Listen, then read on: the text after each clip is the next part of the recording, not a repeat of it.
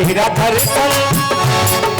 दर्शन उसी को हुआ है, तेरा दर्शन उसी को हुआ है, जिसकी आंखों में पर्दा मेरे भागे बिहारी समरिया, तेरा जलवा कहाँ पर नहीं है।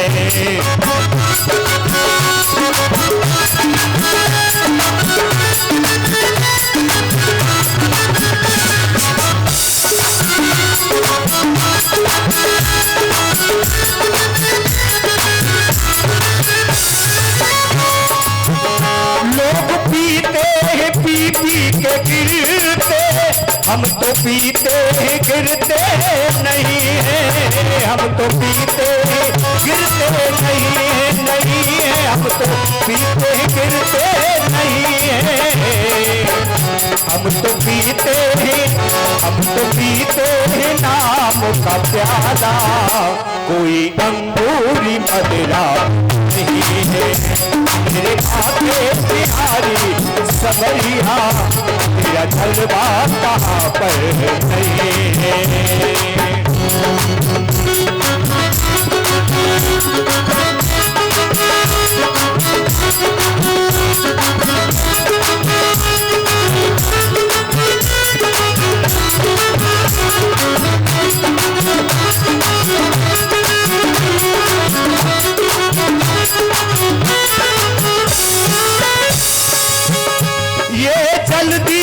चढ़ता नहीं है, ये जल्दी से चढ़ता नहीं है, चढ़ गया तो फिर उतरता नहीं है, चढ़ गया तो उतरता नहीं है, नहीं है, चढ़ गया तो उतरता नहीं है।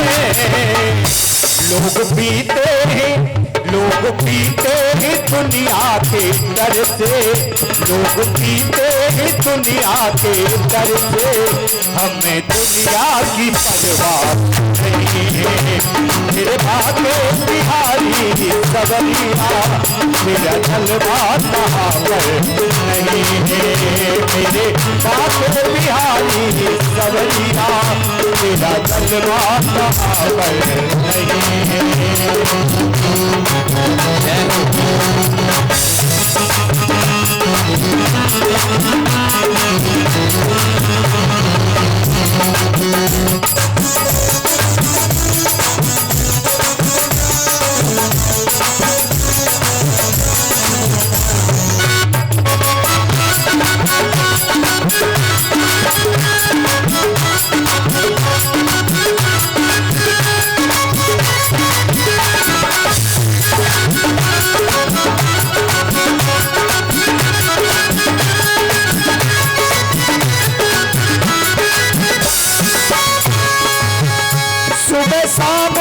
तुमको पुकारा तेरे नाम का लेकर सहारा, सहारा तेरा नाम का लेकर सहारा,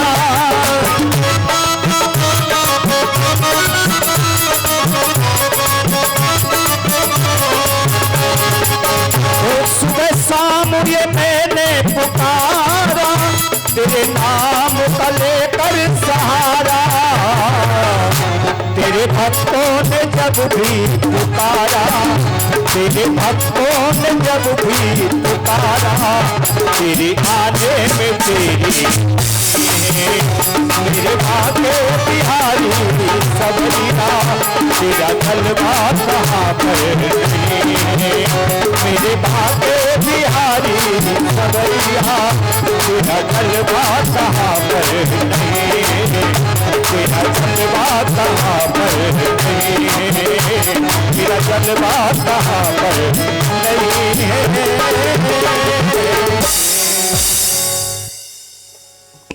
बोलिए श्री भक्तवत्सल भगवान की जय हो।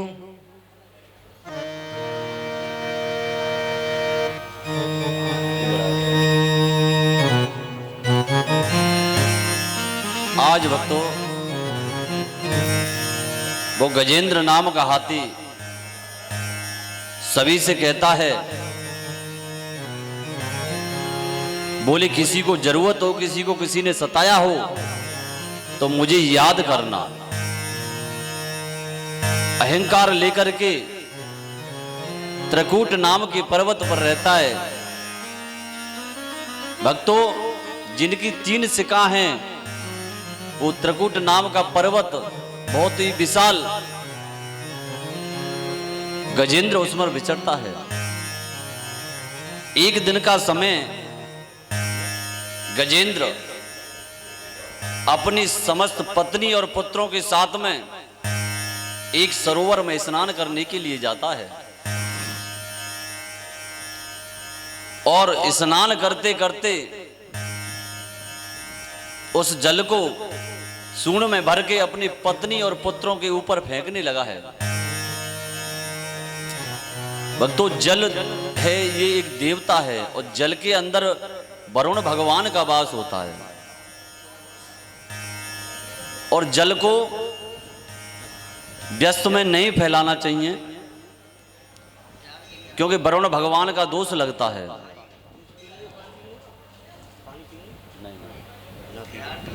आज वो सूंड में भर भर के अपने पुत्रों के ऊपर, पत्नियों के ऊपर फेंकने लगा है। और भक्तों, उसी सरोवर के अंदर रहता था ग्राह, एक मगरमच्छ। आज मगरमच्छ ने गजेंद्र का, हाथी का पैर पकड़ लिया। गजेंद्र मन में सोचने लगा है कि कोई छोटा मोटा जीव जंतु होगा, उसे मालूम नहीं है कि मैं यहाँ का राजा हूं। और जब मालूम पड़ेगी ना कि मैंने किसी राजा का पैर पकड़ रखा है, वो मेरे पैर को छोड़ देगा, मेरे से क्षमा याचना करेगा। भक्तों, जल में जल जंतु की ताकत दुगनी होती है। आज वो गजेंद्र की पैर को और भीतर की तरफ खींचने लगता है और रुधिर को, उसके खून को पीने लगता है। और जब गजेंद्र की शक्ति क्षीण होने लगी, कमजोर होने लगा, गजेंद्र अपनी पत्नियों से कहने लगा, बोली देवी मेरी रक्षा करो। पत्नियों ने सूंड से सूंड मिलाकर के खींचना प्रारंभ किया, लेकिन मगरमच्छ जल के अंदर खींचने लगा, गहरे जल में ले जाने लगा। तो पुत्रों ने भी सूंड से सूंड लगाई और खींचना प्रारंभ कर दिया। 1 महीना हो गया। पुत्र बोले पिताजी तो निकलने का नाम नहीं लेते हैं, भला कब तक हम इनका साथ दें। आज पुत्र अपने पिता के साथ को छोड़ करके, मुख मोड़ करके वन के लिए चले गए। कुछ समय पत्नियों ने और सहयोग किया। पत्नियां भी सूंड से सूंड उठा करके वन के लिए चली गई। पत्नियों ने भी मुख मोड़ लिया। गजेंद्र सोचने लगा, मैंने जिन पुत्रों के लिए, जिन पत्नियों के लिए क्या नहीं किया है, आज जी मेरा साथ छोड़ करके, मुझे अकेला छोड़ करके, और ऐसी अवस्था में कि मेरा पैर ग्राह ने पकड़ रखा है, मुझे मेरा साथ छोड़कर, यहां मेरा साथ देना चाहिए। आज मुझे अकेला छोड़ करके, काल के गाल में छोड़ करके, मुझे अकेला छोड़ करके चली गई। पुत्र भी चले गए, पत्नियां भी चली गई। ऊपर से ब्रह्मा दादा देख रहे हैं। ब्रह्मा दादा कहते हैं कि ये मुझे नहीं पुकारता। कमंडलू वाला कह दे, 4 मुख वाला कह दे, मैं इनकी रक्षा कर दूंगा। भोलेनाथ देख रहे हैं, बोले कुछ नहीं तो बागंबर धारी, त्रिशूल धारी, बोले किस कैसे भी नाम को गाए, मैं अभी गजेंद्र की रक्षा कर दूंगा। भगवती देख रही है, पहाड़ों वाली, मेहरा वाली, जोता वाली, कुछ भी मेरे नाम को गाए, मैं अभी गजेंद्र की रक्षा कर दूंगी। भक्तों, आज वो ग्राह गजेंद्र को अंदर ले जाने लगा, जल की गहराई के अंदर। तो आज गजेंद्र ने गोविंद को पुकारा है। जिसका कोई रक्षक नहीं होता है भैया, उसका गोविंद होता है। एवं व्यवस्थितो वद्या समाधाय मनोहदे जजाप्य परमं जाप्यं प्रजन्मन्योचितम्।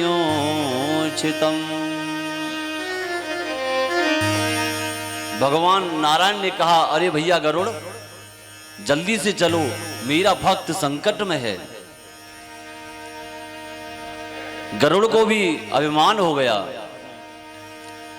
कि जब कहीं दूर जाना होता है ना, तो भगवान नारायण मेरे सिवाय नहीं जाते हैं। अरे मैं बलवान हूं, मैं कम सोई हूं, मैं त्रिलोकीनाथ को अपने ऊपर बैठा के उड़ता हूं। अहंकार हो गया। अहंकार ही मेरे भगवान को, गोविंद को अच्छा नहीं लगता है। नारायण ने अपनी कन्नी उंगली ली और गरुड़ के पीठ पर रख दी। बोले अब तू उड़ के बता। पसीना पसीना हो गया। बोले प्रभु आपने ये क्या कर दिया? बोले अहंकार करते हो। अहंकार मेरे गोविंद को अच्छा नहीं लगता है। अहंकार नहीं करना चाहिए। मेरे गोविंद आए, आज गजेंद्र की रक्षा की और ग्राह का सिर धड़ से अड़क कर दिया। बोलिए श्री नारायण भगवान की जय हो। आज राजा परिचित ने कहा, बोले हे गुरुदेव, हे सुखदेव जी महाराज, ग्राह को उबारा या गज को बचाया है? भगवान के हाथों द्वारा मरना भी मुक्ति होती है, कल्याण होता है। ये गज और ग्राह कौन है? जे हाहा और हु नाम के गंधर्व थे। देवल मुनि के श्राप से ये दोनों राक्षस बने।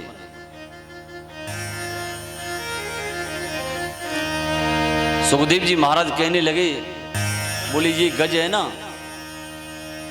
एक बार दुर्वासा ऋषि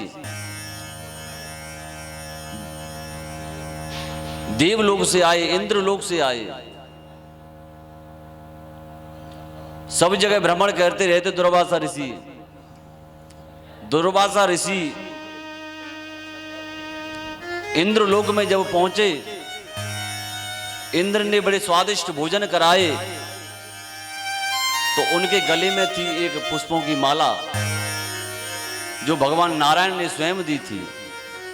सुंदर भोजन पकवान दुर्वासा जी ने पाए।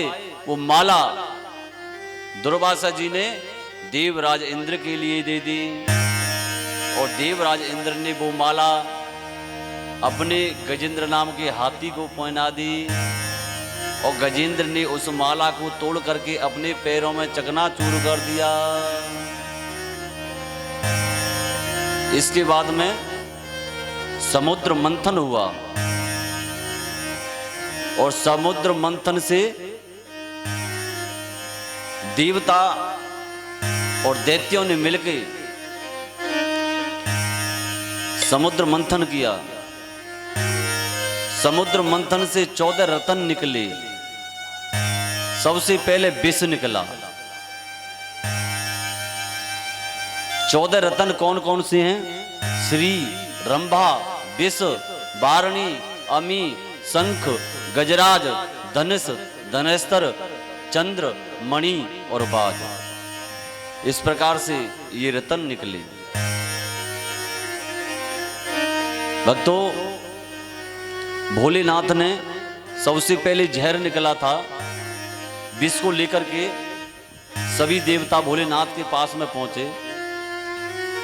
और भोलेनाथ ने उस विष को पिया तो किस तरीके से पिया? भोलेनाथ ने हाथ में लिया। अब भोलेनाथ पीते हैं तो देखिए भक्तों, हृदय में कौन बैठे हैं? राम जी। बोले हृदय में तो राम जी है, तो अंदर तो मैं विष को जाने नहीं दूंगा। तो भोलेनाथ ने अपना मुखारविंद ऊपर की तरफ किया और कंठ में विराजमान कर लिया, तो कंठ नीला पड़ गया भोलेनाथ का। बोलिए श्री नीलकंठेश्वर महादेव की जय हो। तो विष यहां विराजमान है और राम यहां है, तो क्या बन गया? विष राम। तो यहां विष भगवान शंकर ने रोक लिया। प्रिय भक्तों, भगवान शंकर का स्वरूप कैसा है? आप भूतनाथ भावन की नगरी में विराजमान हैं। कोई व्यक्ति जानता है कि भोलेनाथ का स्वरूप कहता है? कारे हैं, गोरे हैं, नीले हैं, पीले हैं, गुलाबी हैं, कैसे हैं? कैसा स्वरूप है? नीले हैं क्या? नीले नहीं हैं। कैसे, कैसा स्वरूप है भगवान भोलेनाथ का? भगवान भोलेनाथ से सुंदर इस पृथ्वी पर कोई नहीं था। भगवान भोलेनाथ सब दुनिया से गोरे थे। हमारे वेद में लिखा हुआ है कि कर्पूर गौरम करुणावतारम संसार सारम भुजगेंद्रहारम। कर्पूर गौरम, कपूर के समान गोरे थे भगवान शंकर। भक्तों, इस प्रकार से 14 रत्न निकले और 14 रत्नों में भैया अमृत भी निकला। और भगवान मोहिनी बनकर के आए और मोहिनी भगवान बन गए और दैत्य अमृत के कलश को लेके भगे, तो भगवान मोहिनी बन के आए, अमृत कलश को लिया। बोले दैत्यों से, बोले ऊपर तो कैसा है? पतला पतला है और नीचे गाढ़ा है। पहले मैं देवताओं को पतला पतला पिला देता हूं, बाद में तुम्हें गाढ़ा पिलाऊंगी। बोले देवी तुम हमारे लिए बन के आई हो, जो तुम्हारी इच्छा वो करना। एक सुरभानु नाम का दैत्य था, वो बड़ा चतुर था और वो देवताओं के बीच में आके बैठ गया। और सुरभानु नाम चंद्रमा के और सूर्य के बीच में बैठा। और जैसे ही मोहिनी भगवान ने उस अमृत को पिलाया, तो सुरभानु दैत्य था, उसके गले से उतर गया और सूर्य चंद्रमा ने उसकी चुगलाई कर दी। बोले ये तो कोई दैत्य है। भगवान नारायण स्वयं अपने स्वरूप में आए और उसका सिर धड़ से अलग कर दिया और वो क्या बन गए? राहु और केतु। ये राहु केतु भी अच्छे देवता हैं, इनको घृणा नजर से नहीं देखनी चाहिए। ये हमारे 9 ग्रहों में विराजमान होते हैं और कुंडली में जब ये अपने यथास्थान में होते हैं ना, तो राहु बाहु बलम करोतु सततम। राहु हमारी भुजाओं को ताकत देता है और केतुम कुलस्योन्नति, केतु कुल की वृद्धि करता है। अब देवताओं ने पी लिया अमृत, अहंकार हो गया, तो अपने आज दैत्य त्राय त्राय करके जगह जगह ठोकर खाने लगे। तो दैत्य अपने गुरु शुक्राचार्य के पास में गए। बोले गुरुदेव, देवताओं ने तो अमृत पी लिया है, हम बहुत बलहीन हो गए प्रभु, अब हम क्या करें? बोले देवताओं पर विजय प्राप्त करने के लिए एक उपाय बताते हैं हम तुम्हारे लिए। आज गुरु शुक्राचार्य जी कहने लगे दैत्यों से, बोले गौ सेवा करो, गुरु सेवा करो और संत सेवा करो। तो दैत्यों ने गौ सेवा की, संत सेवा करी और भक्तों अपने गुरु सेवा की। और एक दिन आज्ञा पाकर के दैत्यों ने इंद्रलोक पर चढ़ाई कर दी। आज पृथ्वी का सम्राट बन गए कौन? महाराज बलि। बलि ने चढ़ाई कर दी, सभी देवताओं को प्रताड़ित करके भगा दिया। देवता त्राय त्राय त्राय त्राय करके चारों तरफ भागने लगे हैं। भक्तों, माता पिता को कब कष्ट होता है? जब उनकी संतान दुखी होती है। और माता पिता सुखी कब होते हैं? जब उनकी संतान सुखी होती है। तो एक दिन अदिति मैया कश्यप से कहने लगी, बोले स्वामी तुम आजकल शांत बैठे रहते हो। कश्यप जी महाराज ने कहा, बोले देवी शांत नहीं बैठे तो कहा कर रहे हैं। बोले मेरे पुत्र त्राय त्राय करके मेरा पुत्र इंद्र डोल रहा है। अरे कोई ऐसा उपाय करो जो मेरा पुत्र इंद्र है ना, पुनः वो स्वर्ग का राजा बने, इंद्रपुरी का राजा बने। तो भक्तों आज कश्यप जी महाराज ने कहा है, बोले हे अदिति तुम्हें पुत्र प्राप्त होगा, तुम एक व्रत करो और उस व्रत का नाम है पयो व्रत। भक्तों प्रतिपदा से लेके द्वादशी तक केवल पय पान करके, केवल पय माने दूध, दूध पान करके इस व्रत को किया जाता है। जिस मैया बहन के कोई बालक ना हो ना, के तो पुत्र कामिष्ट यज्ञ करे और के पयो व्रत करे। पयो व्रत से पुत्र की प्राप्ति होती है। आज मैया अदिति ने पयो व्रत कियो है और भगवान की कृपा से आज उन्हें सुंदर से पुत्र की प्राप्ति हुई है। बोलिए श्री वामन भगवान की। भगवान नारायण वामन के रूप में जन्म लेकर के आए हैं। छोटे छोटे से हाथ हैं, छोटे छोटे से पैर हैं, मुट्ठी भर की कमर है और महाराज बटुआ जैसो मोह है। और बोल पड़े, बोल मैया तो कहा चाहिए। आज मैया अदिति शांत बैठी भई है, लेकिन बार बार वामन भगवान कहते हैं, बोले मैया तू बोले क्यों ना है? मन में कोई कामना है क्या? बोले बेटा मैं तो जब ही प्रसन्न होंगी जब मेरा पुत्र पुनः त्रिलोकी का राजा बन जाएगा। तो आज वामन भगवान चल दिए राजा बलि के द्वार।